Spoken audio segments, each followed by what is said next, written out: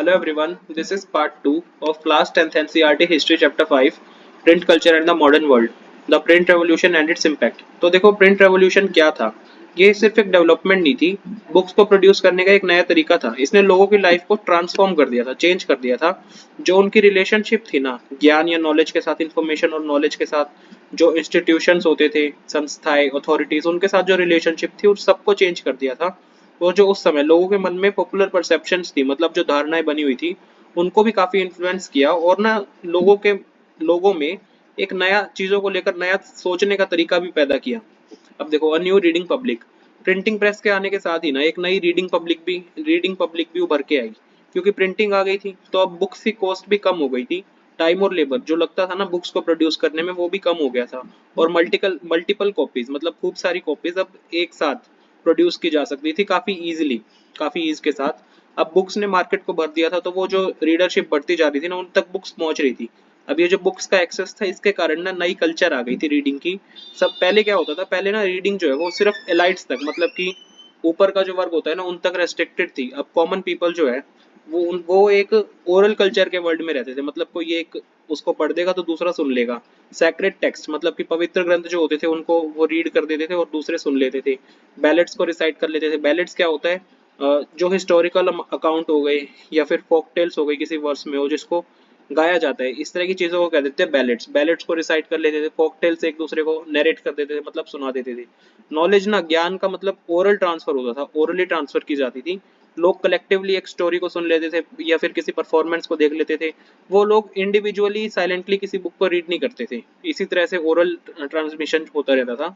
लेकिन देखो, प्रिंट की एज से पहले ना बुक सिर्फ एक्सपेंसिव ही नहीं थी, बल्कि सफिशिएंट नंबर्स में प्रोड्यूस भी नहीं की जा सकती थी। अब जब प्रिंट रेवोल्यूशन आ गई तो बुक्स ना एक वाइडर सेक्शन लोगों, मतलब एक बड़ी पब्लिक तक पहुंच सकती है।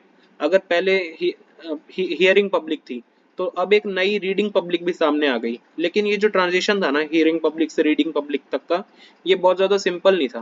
क्योंकि बुक्स को तो सिर्फ लिटरेट लोग ही पढ़ सकते हैं, जिनको थोड़ा पढ़ना आता है। तो और उस समय पर यूरोपियन कंट्रीज में ना, 20th सेंचुरी का समय है ये, उस समय ना यूरोपियन कंट्रीज में लिटरेसी रेट बहुत कम था। तो फिर देखो, पब्लिशर्स जो है कैसे, जो कॉमन लोग होते हैं, कॉमन लोग उनको स्वीकारेंगे जो पब्लिशर्स पब्लिश करते हैं। तो ऐसा करने के लिए कि कॉमन लोग भी बुक्स को स्वीकारने लगे, पढ़ने लगे, तो उनको इस बात का ध्यान रखना पड़ता था कि जो वो प्रिंटेड वर्क है ना उनका, वो एक उनकी उसकी एक वाइडर रीच हो, मतलब बहुत सारे लोगों तक पहुंच पाए। देखो, हालांकि जो पढ़ नहीं सकते वो भी बुक्स को सुनकर एंजॉय कर सकते हैं, अगर कोई दूसरा उसको पढ़ दे तो इसीलिए जो प्रिंटर्स होते थे ना, उन्होंने पॉपुलर बैलेट्स जो हो गए, फोकटेल्स हो गई, उनको पब्लिश करना स्टार्ट किया। और इस तरह की बुक्स जो होती थी ना, इनमें ना पिक्चर्स का भी यूज करते थे ताकि सुंदर लगे और समझ भी इजिली आने लगे। और फिर देखो, इन बुक्स को लोग गाते थे, रिसाइट करते थे गैदरिंग्स में। कभी विलेज में गैदरिंग्स हुई या फिर टाउन्स के ट्रेवन्स में हो गई। ट्रेवन क्या होता है? ट्रेवन एक ऐसा प्लेस होता है जहाँ पर लोग मिलते, एक साथ इकट्ठा होकर अल्कोहल पीते हैं, खाना खाते हैं और दोस्तों के साथ मिलकर न्यूज को एक्सचेंज कर लेते हैं। ओरल कल्चर इसीलिए ना प्रिंट और प्रिंटेड मटेरियल के वर्ल्ड में आ गया था। और इस तरह से ओरल ट्रांसमिशन हो रहा था। और जो ओरल और रीडिंग कल्चर के बीच का डिफरेंस था ना, वो धीरे धीरे कम होता जा रहा था। हियरिंग पब्लिक और रीडिंग पब्लिक एक दूसरे के साथ मिंगल होती जा रही थी, मतलब मिलती जा रही थी। Religious debates and the fear of print. Print ने ना प्रिंट ने एक ऐसी पॉसिबिलिटी सामने ला दी थी कि अब ना आइडियाज का वाइडर सर्कुलेशन हो सकता है। मतलब बहुत सारे लोग उन आइडियाज को एक्सेस कर सकते हैं, समझ सकते हैं, पढ़ सकते हैं, और एक नया वर्ल्ड, डिबेट और डिस्कशन का एक नया वर्ल्ड इंट्रोड्यूस कर दिया था। हालांकि देखो, जो लोग डिसएग्री करते थे एस्टेब्लिश्ड अथॉरिटीज के साथ, एस्टेब्लिश्ड अथॉरिटीज क्या होती है, मतलब उस समय चर्च हो गई, मोनार्की हो गई, ये सब एस्टेब्लिश्ड अथॉरिटीज थी। तो जो इनसे डिसएग्री करते थे, अब वो भी अपने आइडियाज को प्रिंट करके सर्कुलेट करा सकते हैं। प्रिंटेड मैसेजेस के थ्रू ना वो लोगों को थोड़ा अलग तरह से सोचने को भी परसुएड कर सकते हैं और उनको भी एक्शन में ला सकते हैं। तो अलग अलग लाइफ के अलग अलग स्फेयर्स में इसकी काफी सिग्निफिकेंस थी। अब देखो, हर एक व्यक्ति ने तो प्रिंटेड बुक का स्वागत नहीं किया था। लेकिन जिन्होंने प्रिंटेड बुक को स्वीकार किया था, उनकी भी कुछ फियर्स थे। कई लोग इस बात से भी थोड़े डरे हुए थे कि जो इजियर एक्सेस हो गया है प्रिंटेड मटेरियल का, और जो इतनी ज्यादा सर्कुलेशन हो रही है बुक की, इसका लोगों के दिमाग पर क्या असर पड़ेगा, इसका लोगों के मन पे क्या असर पड़ेगा। ऐसा डर था कि अगर कोई कंट्रोल नहीं रहा प्रिंटेड मैटर पे, तो फिर रेबेलियस, मतलब कि थोड़े से विरोधी, विद्रोही या फिर इररिलीजियस थॉट, धर्म के विरुद्ध के थॉट जो होते हैं वो भी फैलने लगेंगे। अगर ऐसा होने लगा तो वैल्यूएबल लिटरेचर की जो अथॉरिटी बनी हुई थी वो भी डिस्ट्रॉय हो जाएगी। और इसीलिए ये चिंताएं ना रिलीजियस अथॉरिटीज, मोनार्क्स को भी थी और कई तो राइटर्स और आर्टिस्ट को भी थी। तो इस चिंता के कारण ही ना काफी क्रिटिसिज्म भी हो रहा था नए प्रिंटेड लिटरेचर का, और जो कि बहुत जल्दी जल्दी फैल रहा था। अब देखो, अब हम देखेंगे यूरोप, अर्ली मॉडर्न यूरोप जो था उसमें रिलीजियन में क्या इम्पैक्ट इम्प्लीकेशंस आ रहे थे इस प्रिंटेड मटेरियल के। 1517 में एक रिलीजियस रिफॉर्मर हुए मार्टिन लूथर। तो इन्होंने 95 थीसिस लिखे हैं। तो इन थीसिस में ना वो ना जो रोमन कैथोलिक चर्च की प्रैक्टिसेस और रिचुअल्स हैं उनको क्रिटिसाइज करते हैं। तो एक प्रिंटेड कॉपी इन सभी की ना जो चर्च थी विटनबर्ग विटनबर्ग में, उसके डोर पर इसकी एक कॉपी चिपका दी गई, पोस्ट कर दी गई। तो वो कॉपी क्या कर रही थी, वो ना जो चर्च थी उसको चैलेंज कर रही थी कि मार्टिन लूथर के आइडियाज को आप डिबेट करो।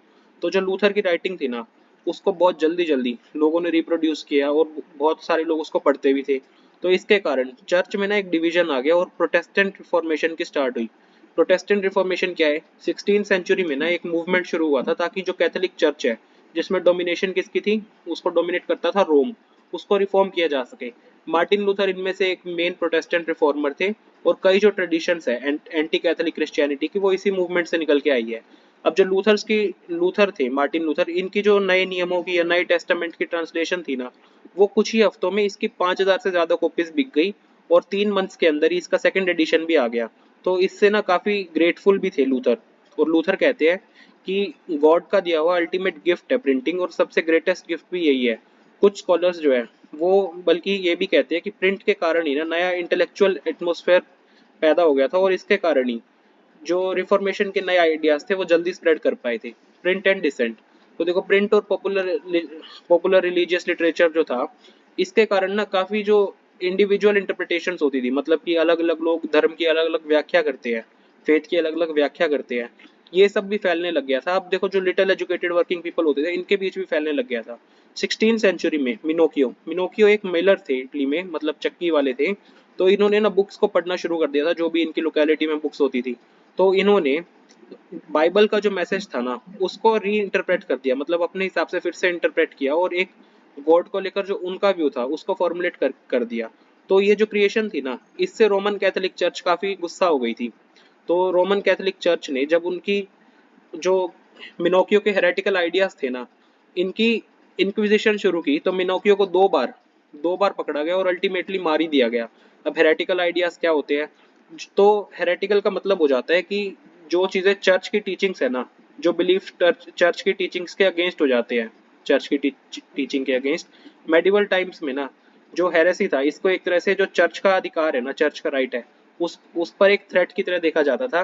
तो ऐसा माना, और हेरेटिकल बिलीफ्स को बहुत ज्यादा सीवियरली पनिश भी किया जाता था। अब इंक्विजिशन क्या होता है, एक जो रोमन कैथोलिक, पहले रोमन कैथोलिक कोर्ट होती थी, क्योंकि अगर कोई हेरेटिक हो तो उसको आइडेंटिफाई करके पनिश किया जा सके उसके लिए होती थी ये कोर्ट। तो रोमन चर्च ने इस तरह की पॉपुलर रीडिंग्स और जो फेथ पे, धर्म पे क्वेश्चंस उठाए जा रहे थे ना, इससे थोड़ा परेशान होकर ना काफी कंट्रोल्स भी लगा दिए थे पब्लिशर्स और बुक सेलर्स पर, और साथ ही साथ कुछ बुक्स उन्होंने प्रोहिबिट भी कर दी थी। अब प्रोहिबिटेड बुक्स का वो इंडेक्स भी रखना शुरू कर दिया था 1558 में। इंडेक्स मतलब एक तरह से सूची रखनी शुरू कर दी थी कि ये सब बुक्स हम प्रोहिबिट कर रहे हैं। The reading mania. 17th और 18th सेंचुरी में ना लिटरेसी रेट्स यूरोप के पार्ट्स में बहुत ज्यादा मतलब बड़े हैं। जो अलग अलग पंथों की, मतलब अलग अलग डिनोमिनेशंस की चर्चेस होती थी ना, इन्होंने विलेजेस में स्कूल सेटअप कर दिए। तो पीजेंट्स और आर्टिसंस कारीगर लोग भी अब लिटरेट होने लग गए थे। 18 सेंचुरी के एंड में ना यूरोप के कुछ पार्ट्स में लिटरेसी रेट 60 to 80%, मतलब इतना ज्यादा था। अब लिटरेसी और स्कूल्स जैसे जैसे यूरोपियन कंट्रीज में फैलते गए ना, अब वर्चुअल रीडिंग मेनिया आ गया था इधर, मतलब लोगों में उन्माद आ गया था पढ़ने का, मजा आने लग गया था उनको। अब पीपल जो है ना, लोग जो है वो बुक्स चाहते थे पढ़ने के लिए, और प्रिंटर्स जो है वो प्रोड्यूस भी करते थे इन बुक्स को बहुत ज्यादा। तो अब नई तरह की एक पॉपुलर लिटरेचर जो है ना वो प्रिंट में आ गई थी, जो कि नई ऑडियंस को टारगेट करती थी। अब बुक सेलर्स ने क्या किया था, बुक सेलर्स ने पेडलर्स को, मतलब फेरी वालों को एम्प्लॉय कर लिया था, जो कि ऐसे ही गाँव में घूमते रहते थे ना। तो अब वो क्या करते थे, वो लिटिल बुक्स, मतलब थोड़ी थोड़ी बुक्स को सेल करने के लिए अपने पास रख लेते थे। एल्मानेक्स होती थी। अब एल्मानेक क्या होता है, एल्मानिक एक एनुअल पब्लिकेशन, मतलब कि साल में एक बार पब्लिश होने वाली चीज, जिसमें एस्ट्रोनॉमिकल डाटा, मतलब कि ग्रह वगैरह इन सब का डाटा, क्या सन मून की मूवमेंट है, टाइड फुल टाइड एक्लिप्स इन सब की मूवमेंट है, क्या टाइमिंग है, इन सब की डिटेल होती है, इसको क्या देते हैं एल्मानेक। तो एल्मानेक्स या फिर रिचुअल कैलेंडर्स हो गए, बैलेट्स और फोकटेल्स, इस तरह की चीजें ये पेडलर्स जो है ये अपने पास रख लेते थे। लेकिन दूसरे जो रीडिंग मैटर की दूसरी फॉर्म्स जो थी ना, जो कि लार्जली एंटरटेनमेंट के लिए थी, वो भी ऑर्डिनरी रीडर्स तक पहुंचने लग गई थी। इंग्लैंड में पेनी चैप बुक क्या होता है? चैप बुक एक मतलब ये ना पॉकेट साइज छोटी छोटी बुक्स होती है जो कि पेडलर्स लोग जिनको चैपमैन कहा जाता है वो बेचते थे। अब 16th सेंचुरी प्रिंट रेवोल्यूशन के कारण ये काफी फेमस भी हो गई थी। तो इंग्लैंड में पेनी चैप बुक्स जो होती थी ना, इनको पेडलर्स जिनको चैपमैन कहा जाता था वो लेकर घूमते थे और इनको एक पेनी के लिए, सिर्फ एक पेनी के रेट में सेल कर देते थे। इस तो इस कारण से पुअर भी इसको खरीद सकता था। फ्रांस में बिलोथिक ब्लू, ये जो है ना ये एक लो प्राइस स्मॉल बुक थी जो कि पुअर क्वालिटी पेपर पर प्रिंट की जाती थी और चीप ब्लू कवर्स में इसको बांध दिया जाता था, मतलब ब्लू कवर में इसको बांध दिया जाता था। और कुछ रोमांसेस भी होती थी, मतलब ये भी एक तरह की बुक है जिसको 4 से 6 पेजेस पर ही प्रिंट किया जाता है। अब इसके बाद आ जाती है हिस्ट्रीज, जिसमें पास्ट के बारे में स्टोरीज होती है। तो अलग अलग साइज की बुक होती थी जो कि अलग अलग पर्पस और इंटरेस्ट को फुलफिल करती थी, मतलब किसी का कोई और इंटरेस्ट हो तो वो किसी तरह की बुक ले सकता है। और तो देखो 18th सेंचुरी की स्टार्टिंग से ही ना प्रेस डेवलप होता गया है। तो इसमें करंट अफेयर्स की भी इंफॉर्मेशन प्रेस वाले प्रिंट करने लग गए थे, एंटरटेनमेंट भी, न्यूज़पेपर्स और जर्नल्स भी आने लग गए थे जिसमें वॉर ट्रेड इन सब की इंफॉर्मेशन होती थी। अलग अलग प्लेसेस पर क्या क्या डेवलपमेंट हो रही है इस सब की भी न्यूज़ होती थी। इसी तरह से जो साइंटिस्ट और फिलोसोफर के आइडियाज थे ये भी अब कॉमन पीपल तक पहुंचने लग गए थे। एंशियंट और मेडिवल साइंटिफिक टेक्स्ट जो होते थे अब इनको भी कंपाइल करके पब्लिश कर देते थे। मैप्स और साइंटिफिक डायग्राम्स को भी अब बहुत ज्यादा प्रिंट किया जा रहा था। जब साइंटिस्ट जैसे कि आइजैक न्यूटन इन्होंने अपनी डिस्कवरीज को प्रिंट करना शुरू किया था ना, तो ये भी काफी लोगों को जो कि साइंटिफिक माइंडेड रीडर होते हैं ना उनको इन्फ्लुएंस कर पाते थे। अब जो थिंकर्स है जैसे कि Thomas Paine, Voltaire, Jean Jacques Rousseau, इस तरह के थिंकर्स की राइटिंग्स भी अब बहुत ज्यादा प्रिंट होने लग गई थी और लोग पढ़ने भी लग गए थे। इसीलिए जो इनके आइडियाज होते थे साइंस, रीजन, रैशनैलिटी को लेकर, इन ये सब पॉपुलर लिटरेचर में दिखते भी थे। देखो tremble, therefore tyrants of the world, mid 18th century से ही ना एक ऐसा कॉमन कन्विक्शन था, मतलब बिलीफ सा था कि बुक्स जो है ना ये एक तरह से प्रोग्रेस और एनलाइटनमेंट, प्रगति फैलाने का तरीका है, प्रगति लाने का। कईयों का मानना था कि बुक्स जो है ना वो दुनिया को चेंज कर सकती है, सोसाइटी को डेस्पोटिज्म और टायरानी से फ्री करा सकती है। डेस्पोटिज्म क्या हो जाता है? एक तरह से तानाशाही, और टायरानी मतलब अत्याचार, और एक ऐसा टाइम ला देगी जब ना रीजन और इंटेलेक्ट रूल करेगा। लुइस सेबेस्टियन मर्शियर, ये एक नॉवलिस्ट थे 18th सेंचुरी के फ्रांस में। इन्होंने ऐसा डिक्लेयर किया कि जो प्रिंटिंग प्रेस है ना ये प्रोग्रेस को लाने का सबसे पावरफुल इंजन है, और जो पब्लिक ओपिनियन है ना ये एक ऐसी फोर्स है जो कि डेस्पोटिज्म को पूरी तरह से दूर कर देगी। डेस्पोटिज्म एक बार आपको ढंग से बता ही देता हूँ। डेस्पोटिज्म गवर्नेंस का एक ऐसा सिस्टम होता है जिसपे एक इंडिविजुअल के पास एब्सोल्यूट पावर आ जाती है, जिसको कोई भी लीगल या कॉन्स्टिट्यूशनल चेक्स इसको कोई नहीं देखता, पूरी पावर उसकी है। तो देखो जो लुइस सेबेस्टियन मर्सियर, ये नोवेलिस्ट थे 18th सेंचुरी फ्रांस के। इनका कहना था कि जो प्रिंटिंग प्रेस है ना ये प्रोग्रेस को लाने का एक बहुत पावरफुल इंजन है, और जो पब्लिक ओपिनियन है मतलब कि आम लोगों का ओपिनियन जो है ये एक ऐसी फोर्स है जो कि डेस्पोटिज्म को दूर कर देगी। तो मर्सियर की काफी नॉवेल्स में ना ऐसा दिखाया जाता है कि हीरोज जो है वो रीडिंग कर करके चेंज हो गए। वो बुक्स को बहुत ज्यादा पढ़ते हैं, फिर बुक्स के बनाए हुए वर्ल्ड में खो जाते हैं और इससे उनको बहुत ज्यादा एनलाइटनमेंट मिल जाती है, ज्ञान मिल जाता है। तो प्रिंट की पावर से, मतलब प्रिंट की पावर से कन्विंस होके ना कि प्रिंट एनलाइटनमेंट ला सकता है और डेस्पोटिज्म का जो बेसिस है, नींव है, उसको डिस्ट्रॉय कर सकता है। तो मर्सियर ने ऐसा कहा कि ट्रेम्बल मतलब कि कांप जाओ दुनिया पर अत्याचार करने वालों, एक लेखक, आभासी लेखक के सामने कांप जाओ। Print culture and the French revolution, कई हिस्टोरियंस जो है ना उनका ऐसा भी कहना है कि प्रिंट कल्चर के कारण ही ऐसी कंडीशंस आ गई जिसमें फ्रेंच रेवोल्यूशन अकर हो पाई, मतलब फ्रेंच रेवोल्यूशन संभव हो पाई। तो देखो इसके लिए 3 आर्ग्यूमेंट्स भी है जो कि यूजुअली सामने रखी जाती है। पहली आर्ग्यूमेंट ये है कि प्रिंट के कारण जो एनलाइटन थिंकर्स होते थे ना उसके आइडियाज पॉपुलर हो गए। प्रिंट के कारण उनके आइडियाज कलेक्टिवली जो उनकी राइटिंग्स होती थी ये एक तरह से ट्रेडिशन, सुपरस्टिशन, डेस्पोटिज्म, इस सब के ऊपर एक कमेंट जो देते थे ना वो अपनी, वो भी फेमस होने लग गई थी। इन सभी थिंकर्स का कहना था कि एक जो रीजन, तर्क वगैरह, तर्क का रूल होना चाहिए बजाय कि जो प्रथा से चलते आ रहे उसका। और इन्होंने ये भी डिमांड किया कि सभी चीज को रीजन और रैशनैलिटी के बेसिस पर एक बार जज किया जाए। जो चर्च की अथॉरिटी बनी हुई थी उसको भी अटैक किया इन सभी थिंकर्स ने, और जो स्टेट की डेस्पोटिक पावर्स होती थी, मतलब तानाशाही होती थी, उसको भी चैलेंज किया। तो इसी के कारण जो सोशल ऑर्डर पहले से बना हुआ था ना इसकी जो लेजिटिमेसी थी उसको उन्होंने चैलेंज कर दिया था। ट्रेडिशन पर बना हुआ जो सोशल ऑर्डर था उसको इन्होंने बहुत ज्यादा चैलेंज या अटैक कर दिया था। वोल्टेयर और रोजियो की राइटिंग्स को भी बहुत ज्यादा पढ़ा जाता था, और जो लोग इनकी बुक्स को पढ़ते थे वो वर्ल्ड को एक नए नजरिए से देखने लगते थे, जो कि एक नया नजरिया जो कि काफी क्वेश्चन करता था, क्रिटिकल था और रेशनल था, ऐसे नजरिए से देखने लगे थे।